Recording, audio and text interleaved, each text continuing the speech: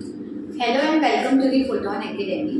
So, in this today's video lecture, हम लोग complete करेंगे हमारी क्लास 7 का chapter that is fibre to fabric. ठीक है. अब as the name of the chapter suggest कि बेसिकली हम इसमें बात किसकी करने वाले हैं, वही कि हम छोटे छोटे फाइबर्स जो होते हैं उससे हम अपना फैब्रिक यानी कि अपना जो कपड़ा है वो कैसे बनाते हैं. राइट. तो देखो बेसिकली फाइबर होता क्या है, तो यू कैन सी कि यहाँ पे ऐसे छोटे छोटे रुई जैसे जो स्ट्रक्चर दिख रहे हैं. राइट. तुम लोग जब ठंडी में स्वेटर्स पहनते हो, राइट, तो स्वेटर के ऊपर क्या हो जाता है, ऐसे छोटे छोटे ना वाइट वाइट कलर के ऐसे निकलने लग जाते हैं. राइट. तो वही क्या होता है, उन्हीं को हम बोलते हैं फाइबर. राइट. अब वो फाइबर कहीं से आता है, अब वो कहाँ से आता है वो हम आगे के चैप्टर में देखेंगे.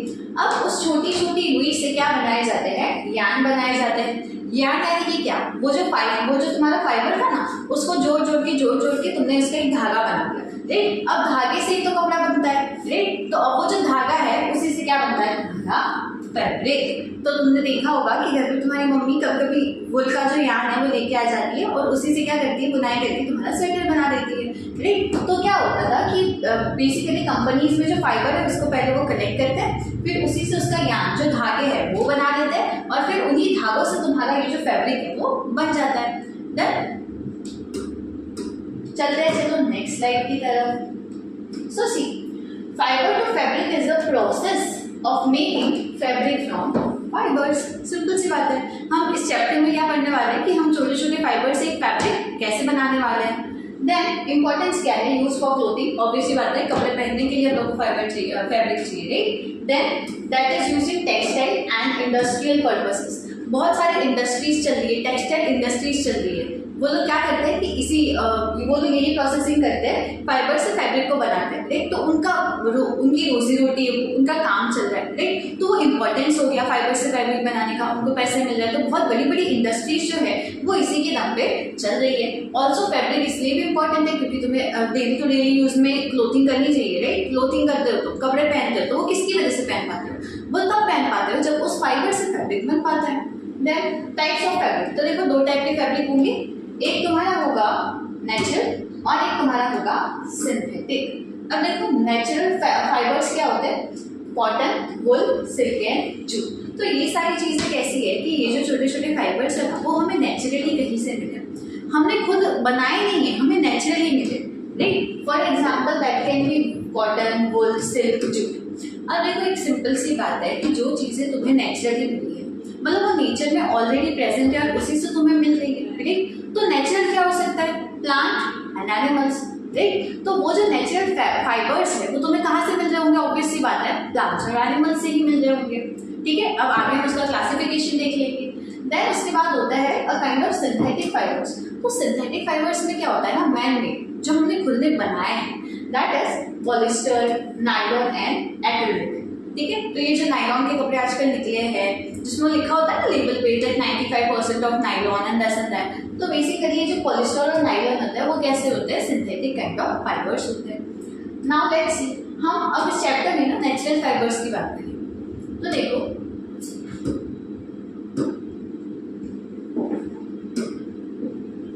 अब नेचुरल फाइबर में सबसे पहला आता है प्लांट फाइबर. तो मैंने जैसे बताया कि नेचुरल फाइबर ऑब्वियसली बात है प्लांट और एनिमल्स में से मिलेंगे. अब देखो प्लांट में से कौन से फाइबर मिलते हैं, तो यहाँ पे बेसिकली तुम्हें दो चीजों का बताना चाहिए. That first one is your cotton and second one is your jute. तो see, cotton is grown in the warm region. जो गर्म जगह होती है वहां पे कॉटन उगाया जाता है, खेती होती है कॉटन की. Then process to the weaving, spinning and weaving. तो क्या होता है, कॉटन का प्लांट होता है, प्लांट से कॉटन निकलता है, फिर कॉटन को क्या करता है वो लोग निकालता है, सेपरेट आउट करता है फ्रॉम द प्लांट, फिर उसको क्लीन करता है, फिर उसको वीव करके फैब्रिक बना देते हैं. Then the second one is your jute. तो जूट देखो इंडिया और बांग्लादेश में उगाया जाता है ना, ये प्लांट ही उगाते हैं, जूट भी प्लांट ही उगाता है. And also that is used from making bags, ropes and mats.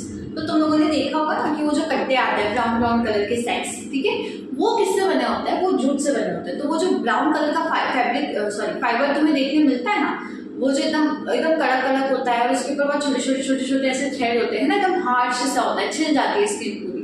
Right. तो वो जो जूट फाइबर है वो किससे मिलता है, जूट के प्लांट से. तो ये हो गए your fibres that you get from plant. अब देखो एनिमल फाइबर भी होते हैं, है ना, नेचुरली तुम्हें मिले एनिमल्स से सिर्फ. तो सी सबसे पहले इसका एग्जाम्पल है तुम्हारा वुल। वुल तो हमें कहाँ से मिलता है? एनिमल से मिलता है। तो obtain from ship, goats, yarn and alpaca. तो मेजरली क्या होता है ना कि ये जो शिप है, जो भेड़ बकरियां हैं, उनके तुमने देखा होगा ना कि बहुत घने से बाल होते हैं उनके, राइट? तो उन्हीं बालों से क्या बनता है? हमारा वुल बन जाता है। तो वैसे सिर्फ शिप ही नहीं, गोट्स, यार्न और अल्पाका। तो बेसिकली जो ऐसे कोल्ड रीजन्स होता है, इंडिया में भी तुम देखोगे जम्मू कश्मीर अगर है, राइट? तो उस रीजन में जो तुम्हारा याक होता है, याक से ही वो लोग क्या बना रहे होते हैं? अपना वुल, राइट? मेजरली शिप से बनता है। तो शिप की बहुत सारी स्पीशीज होती है, डिफरेंट स्पीशीज के हिसाब से वो डिफरेंट वुल होता होगा उनका, राइट? वुल बेसिकली क्या होता है? शिप के ऊपर के जो बाल होते हैं ना, अब तुमने देखा होगा कि बहुत घने बाल होते हैं उसके, ठीक है? तो वो बाल क्यों होता है? ताकि एकदम एक्सट्रीम अगर ठंडी हो ना, तो उनके जो बाल है उसकी वजह से क्या होता है कि वो उनको गर्म रखते हैं। इसीलिए शिप के ऊपर क्या होता है? बहुत सारे हेयर्स प्रेजेंट होते हैं। अब उससे कैसे वुल बनता है इसकी हम पूरी प्रोसीजर देखेंगे, ठीक है? अब देखो, next fibre is your silk fibre, है ना? तुमने बहुत बार सुना होगा कि सिल्क का कपड़ा है, सिल्क की साड़ी है, राइट? तो वो सिल्क बेसिकली कहाँ से आता है? वो सिल्क प्रोड्यूस करते हैं तुम्हारे सिल्क, ठीक है? सिल्क वॉर्म क्या होता है? अब देखो तुम्हें नाम से पता चल रहा है, वॉर्म्स है, छोटे छोटे कीड़े थ्रू कोकून फॉर्मेशन। अब वो जो तुम्हारा ये सिल्क वॉर्म है वो क्या बनाता है? कोकून बनाता है, और उसी कोकून से तुम्हें क्या मिलता है? तुम्हारा सिल्क फाइबर मिलता है, राइट? अब वो कैसे होता है वो हम आगे देखते हैं। सबसे पहले किसकी बात करेंगे? वुल की बात करेंगे कि बेसिकली वुल कैसे बनता है। तो देखो क्या होता है कि जैसे हमने देखा ना कि वुल सबसे पहले ना शिप, कैमल या ऐसे एनिमल से बनता है, उनके बालों से। तो दिस आर द प्रोसेसेस जो होते हैं in the process of making wool. यही प्रोसेसेस होते हैं वुल को बनाने में। देखो उसमें सबसे पहला प्रोसेस होता है और शीरिंग। शीरिंग का मतलब क्या होता है? Removing wool from the sheep, right? क्या करता है बोलो? अब जैसे बॉयज जो है वो जब हेयर कट कराने जाते हैं, अपनी पूरी वो होता है ना कि बाल पूरे निकाल लेते हैं, हेयर कट करवा रहे, शेविंग करवा रहे, राइट? तो उस केस में क्या होता है कि उनके शरीर के बाल निकलते हैं। तो सेम वही चीज ये लोग शिप के साथ करते हैं। शिप को ना ऐसे उसके सारे बालों को ऊपर से हटा दिया जाता है, and that process is known as shedding. अब देखो बाल जब हटते हैं या कटवाते हैं तो दर्द तो ऑब्वियसली नहीं होता, तो शिप को भी दर्द नहीं होता है ना, कोई पेनफुल प्रोसेस नहीं होती, पेनलेस प्रोसेस होती है। तो शेडिंग में क्या होता है कि बस उसके बाल निकाल लिए, वो प्रोसेस हो गई शेडिंग ना। Then comes scrubbing. देखो स्क्रबिंग मतलब क्या? अब उन्होंने वो जो उसके बाल निकाले थे, वो जो वुल निकाला था, उसको वो लोग क्या करते हैं? अच्छे से पानी से धो देते हैं ताकि उसके अंदर अगर कोई गंदगी होगी तो वो रिमूव हो जाएगी। डन। देन उसके बाद क्या होता है? उसका sorting. Sorting is the separating fibres, ठीक? अब उन्होंने पहले उसको धो दिया। अब जो ऐसा भी तो होता है ना कि कुछ फाइबर्स सिमिलर है, कुछ अच्छे हैं, कुछ थोड़े से बिगड़े हुए हैं, कुछ बहुत ही खराब है तो उनको फेंक दिया जाता है। तो जो अच्छे फाइबर्स हैं उनको तुमने धो लिया, फिर उसके बाद उनको ना अलग कर दिया। तो वो जो अच्छे फाइबर तुमने निकाले इसको तुमने क्या बोल दिया? सॉर्टिंग। सॉर्टिंग क्या होता है? खोजना, राइट? तो तुम खोज रहे हो छोटे फाइबर्स को, अच्छे फाइबर्स को जो एक साथ लग सकते हैं, उनको तुमने सब खोज के अलग कर दिया। Then comes carding, combing fibres. अब देखो तुम जैसे कि धागे देखते हो तो वो कैसे होता है? एकदम स्ट्रेट लंबे है ना, उलझे हुए नहीं होते, सुलझे हुए होते हैं, राइट? तो क्या करते हैं वो लोग कि उनको जब वो फाइबर्स मिलते हैं ना तो वो कैसे छोटे होते हैं, उलझे हुए से होते हैं, तो उनको सुलझाते हैं कंघी से, वो जो फाइबर्स है उनको सुलझा दिया जाता है, and that process is called as carding. Then उसके बाद क्या किया जाता है? उसका dyeing, that is colouring that wool. Okay, अब उन्होंने तो देखो कंघी कर दी, अच्छे से एकदम स्मूथ और सिल्की सा वुल बना दिया। अब वुल बेसिकली कौन से कलर का होगा? जो शिप के बालों का कलर होगा। शिप कैसी हो सकती है? बेसिकली व्हाइट हो सकती है, ब्राउन हो सकती है, ब्लैक हो सकती है, राइट? तो यही 3 कलर तुम्हें मिल सकते हैं। तो अलग अलग वैरायटीज बनाने के लिए फिर उनका क्या किया जाता है? डाई। अलग अलग कलर से उसको डाई किया जाता है। Then spinning, that is making yarn. अब स्पिनिंग को क्या बोलते हैं कि उन्हीं से अब उन्होंने उस बड़े से इसको क्या कर दिया? कलर कर दिया। अब उसी से क्या करेंगे? काट के उसका धागा बना देंगे, उसका यार्न बना देंगे। That process is known as spinning. अब तुम्हारे पास उस छोटे फाइबर से क्या निकल के आ गया? तुम्हारा यार्न निकल के आ गया, धागा, यार्न, वुल का एक वो धागे का क्या बोलते हैं उसको? धागे का रोल मिल के आ गया। अब उसके बाद वो जो यार्न बना तुम्हारा, सी यार्न इज लाइक दिस, है ना? ऐसे बॉल्स होते हैं वुल के, इसी को क्या बोलते हैं? यार्न बोलते हैं, जिससे क्या कर सकते हैं? वीविंग कर सकते हैं। Now the next step is your weaving and नाइटिंग। तो देखो वीविंग और नाइटिंग क्या होता है? वो जो फाइबर तुम्हें मिला, मतलब ये जो तुम्हें तुम्हारा यार्न मिला, इस यान को क्या करता है कि उसी से बुनाई करके फिर तुमने एक फैब्रिक बना दिया। ठीक, धागे से तो बुनाई करके बनता है ना। और इंडस्ट्रीज में क्या किया जाता है बेसिकली कि देखो, एक तो ऐसी चीज होगी ना कि फाइबर्स तुम्हारे बहुत लंबे लंबे निकलेंगे या तो बहुत छोटे छोटे। कोई होता है ना, किसी के बाल छोटे होंगे तो छोटे छोटे निकले होंगे उनसे वो से।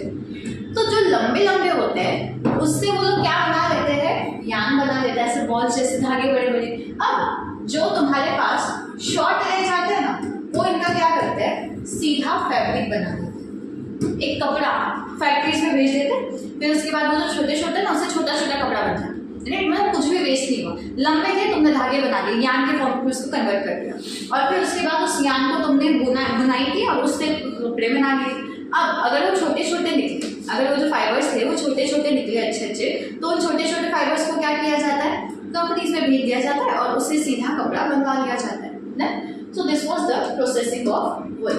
ऐसे तुम्हारा वुल जो है वो रेडी हो गया। अब देखो diagrammatic representation of this, that is पहले शीरिंग हुआ। ये देखो, ये जो शिप की बॉडी उसको शेप किया जा रहा है, उसके बाल निकाले जा रहे हैं।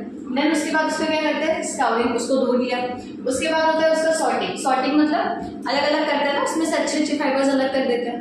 देन उसके बाद उसका काटिंग, उसको कोम करते हैं। एंड देन उसके बाद ये जो तुम्हें दिख रहा होगा कि फैक्ट्रीज में ऐसे क्या बनाई जाती है, तुम्हारी यान बनाई जाती है।